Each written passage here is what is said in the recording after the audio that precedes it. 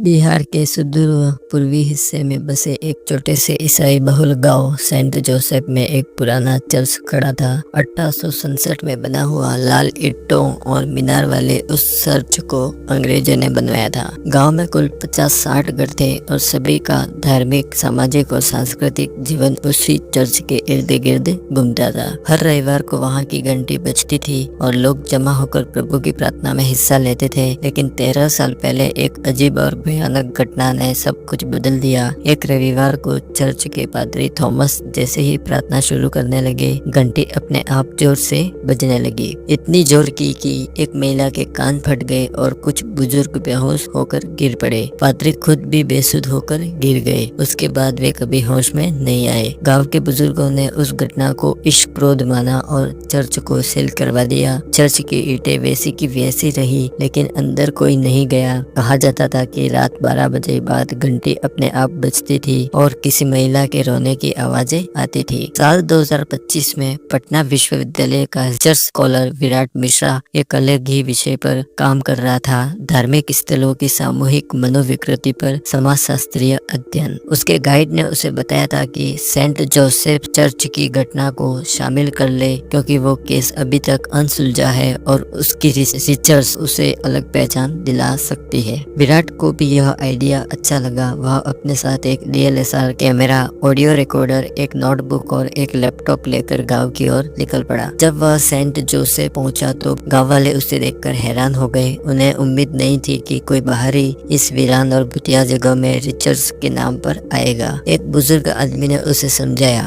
बाबू यहाँ मत जाओ, वो घंटी अब भी आधी रात को अपने आप बजती है। अंदर जाने वाले लोगों का हाल बुरा होता है। विराट ने हंसते हुए कहा, सर ये सब सामूहिक भ्रम है। ऐसे केस में अक्सर लोगों की भावनाएं और यादें मिलकर झूठे अनुभव बना देती है। मैं केवल सच का पता लगाना चाहता हूँ। विराट ने चर्च के पास ही एक पुरानी बंद पड़ी स्कूल की बिल्डिंग में रात गुजारने की योजना बनाई। उसकी योजना थी कि वो रात में चर्च के आसपास की गतिविधियों को रिकॉर्ड करेगा। तब करीब रात 2 बजे जब विराट सो रहा था, अचानक उसका ऑडियो रिकॉर्डर अपने आप ऑन हो गया। रिकॉर्डर में धीमी घंटी की आवाज दर्ज होने लगी, बहुत धीमी लेकिन साफ। विराट चौंक कर उठा। उसे लगा कि किसी ने शरारत की होगी। उसने खिड़की से बाहर झांका, लेकिन बाहर कोई नहीं था। तभी रिकॉर्डर में एक महिला की धीमी कंपाती आवाज आई, क्या मेरी प्रार्थना अब भी अधूरी रहेगी? विराट का शरीर सिहर उठा। वह तेजी से रिकॉर्डिंग को दोबारा सुनने लगा। इस बार वह आवाज और भी तेज हो चुकी थी। तभी उसका कैमरा बिना छुए ऑन हो गया और घूमकर सीधा खिड़की की ओर देखने लगा, जिससे कोई अदृश्य ताकत उसमें प्रवेश कर चुकी हो। सुबह होते ही गांव के कुछ लोग उसके पास आए और उसे चर्च के पास जाने के लिए डांटने लगे। उनमें से एक महिला, जिसे सब थॉमस बहन कहकर बुलाते थे, बोली, घंटी बजाना भगवान को चुनौती देने जैसा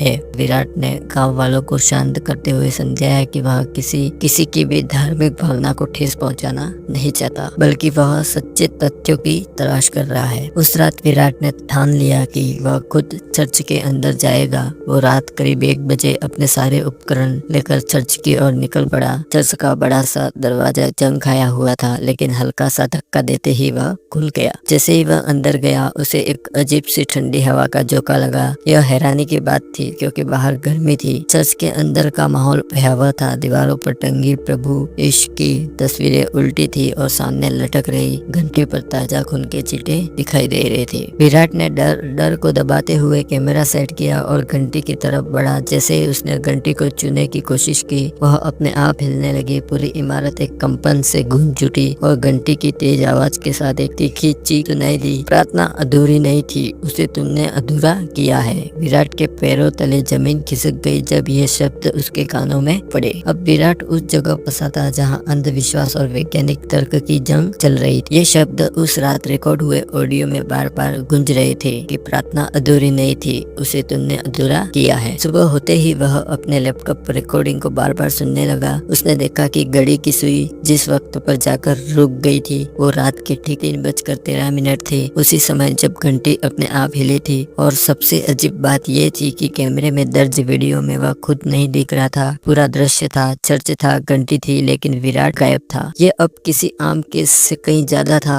गांव वाले पहले ही उसे चेतावनी दे चुके थे, लेकिन अब विराट के दिमाग में एक बात थी, आखिर कौन थी वो महिला जिसकी प्रार्थना बार बार अधूरी बताई जा रही थी, और क्या है इसके पीछे का पूरा सच। वह दोपहर को गांव की एक बूढ़ी महिला रोजी आंटी से मिला, जो कभी चर्च की नर्सरी टीचर हुआ करती थी। जब उसने प्रार्थना अधूरी रहने वाली बात बताई, रोजी आंटी की आंखें भर आई। वो मेरी छोटी बहन थी क्लारा, बहुत धार्मिक थी, लेकिन उसे चर्च की सेवा से निकाल दिया था क्योंकि वह एक मुस्लिम युवक से प्रेम करती थी जिसका नाम रफीक था। पादरी थॉमस को जब इसके बारे में पता चला तो उन्होंने क्लारा पर आरोप लगाए और पवित्रता भंग करने के उपलक्ष्य में उसे चर्च में घुसने से मना कर दिया। क्लारा ने बार बार माफी मांगी, लेकिन उसकी किसी ने नहीं सुनी। विराट अब थोड़ा समझ चुका था कि अधूरी प्रार्थना का संबंध क्लारा से है। उसने पूछा, फिर क्या हुआ? रोजी आंटी ने धीरे से कहा, एक दिन उसकी लाश चर्च के पीछे कुएं में मिली, लेकिन रफीक कभी नहीं मिला। गांव वालों ने उसे दोषी मान लिया और मारने के इरादे से खोजा, लेकिन रफीक कभी पकड़ा नहीं गया। ये चर्च तभी से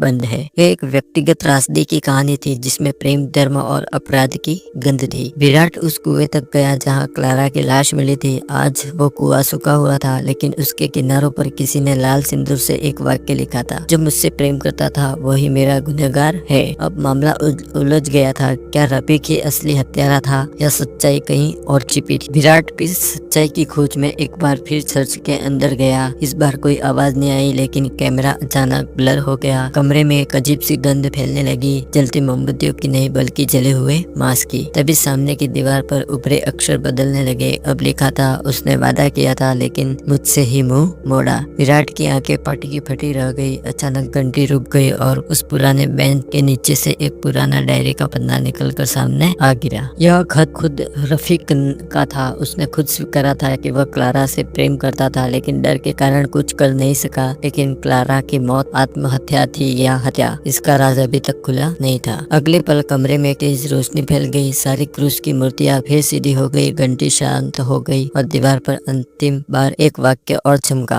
प्रार्थना अब पूरी हो चुकी थी, लेकिन क्लारा की हत्या का राज अभी खुलना बाकी था। सुबह की पहली किरण के साथ जब विराट ने अपनी रिकॉर्डिंग चेक की तो उसमें जो कुछ दर्ज था वह पूरी कहानी को एक नए मोड़ की ओर ले गया। इसमें आवाज साफ थी, लेकिन इस बार एक नई आवाज, पादरी थॉमस की, जो 13 साल पहले कोमा में चले गए थे और फिर कभी बोले नहीं। लेकिन यह आवाज किसी कोमा में पड़े व्यक्ति की नहीं थी। उसमें चेतना थी, घबराहट थी और एक बड़ा रहस्य था। पादरी इस रिकॉर्डिंग में बोलते हैं, मुझे माफ कर दो प्रभु, मैंने एक मासूम को शुद्धता की आड़ में मिटा दिया। मैं जानता था कि वो लड़की निर्दोष है, लेकिन चर्च की प्रतिष्ठा और मेरी अपनी छवि, मैं उन्हें बचाना चाहता था। इसलिए रफीक ने उसे नहीं मारा, मैंने उसे मरवाया है। क्लारा जब मेरे पास रोती हुई आई तो मैंने उसकी आंखों में कुछ और देखा। वो नफरत नहीं थी, वो एक माँ बनने का डर था। हाँ, वो एक गर्भवती थी। चर्च के गर्भगृह में एक पाप जन्म था, ये स्वीकार नहीं कर पाता मैं, इसलिए मैंने उसे माइकल के हाथों मरवा दिया। विराट की सांसें थम गई। यह आवाज नहीं, किसी के आत्मा का अपराध बोध से भरा कबूलनामा था। पादरी ने जो बातें कही थी वो किसी रिकॉर्ड में नहीं थी। रफीक तो बेगुनाह था और क्लारा वो किसी प्रेम के अपराधी नहीं, एक पुरानी व्यवस्था की बलि बनी थी। अब विराट को उस सेवक माइकल का पता लगाना था जिसका नाम पादरी ने लिया था। थोड़ी पूछताछ के बाद पता चला माइकल अब यहाँ नहीं रहता, लेकिन पास के कस्बे रोशनपुर में एक वृद्धाश्रम में रहता है। विराट ने उसी दिन वहाँ जाकर उसे मिलने का फैसला किया। वृद्धाश्रम में कोने में बैठा दुबला पतला, लगभग टूटी हुई आंखों वाला एक आदमी बैठा था, जो हर 5 मिनट में चर्च की घंटी की आवाज निकालता था, मानो उसे कोई अदृश्य दंड मिला हो। जब विराट ने का नाम पूछा, उसने गर्दन झुकाई और धीरे से कहा, घंटी अब भी मेरे सिर में बजती है। विराट ने पादरी की रिकॉर्डिंग चुपचाप उसे सुनाई। माइकल की आंखें फटी की फटी रह गई, उसकी कांपती आवाज निकली। उस रात पादरी ने कहा था कि अगर क्लारा को रोका नहीं गया तो सब खत्म हो जाएगा। मैंने उसे कुएं के पास समझाया, वो नहीं मानी और फिर मैंने उसे धक्का दे दिया। क्या तुमने उसे मारा? विराट ने पूछा। नहीं, माइकल रोते हुए बोला, मैंने बस उसे रोका था और कोई और वहाँ पहले से छुपा था। जैसे ही उसे कुएं की मुंडेर पर देखा, उसका गला दबा दिया। मैं डर गया था और भाग गया। कौन था वो? विराट ने आंखों में आंखें डालकर पूछा। वो रोजी आंटी थी। अब कहानी ने करवट ली। रोजी जो क्लारा की बहन थी वही असली हत्या तैयारी। क्यों? विराट वापस गांव लौटा और रोजी से मिलने गया। रोजी अब भी चर्च के पुराने स्कूल भवन में बैठी थी, जैसे वर्षों से वहीं बैठी हो। विराट ने धीरे से पूछा, आपने क्लारा को क्यों मारा? रोजी शांत रही, फिर कुछ पल बाद उसने गहरी सांस लेकर कहा, मैं नहीं चाहती थी कि मेरी बहन उस आदमी के साथ जाए जो उसे दुनिया की नजरों में पापिन बना दे। मैं चर्च की शिक्षिका थी, समाज में सम्मानित थी। अगर लोगों को पता चलता कि मेरी बहन बिना विवाह के गर्भवती है तो सब खत्म हो जाता। इसलिए मैंने इस कहानी को वहीं पर खत्म कर डाला। तो इस प्रकार इस कहानी में तो एक बहन ने अपने ही बहन की जान ले ली, समाज में नाम खराब ना हो इसलिए। तो दोस्तों, इस प्रकार की कहानियों के लिए हमारे चैनल को सब्सक्राइब करें, वीडियोस को लाइक करें और ज़्यादा से ज़्यादा शेयर करें। धन्यवाद।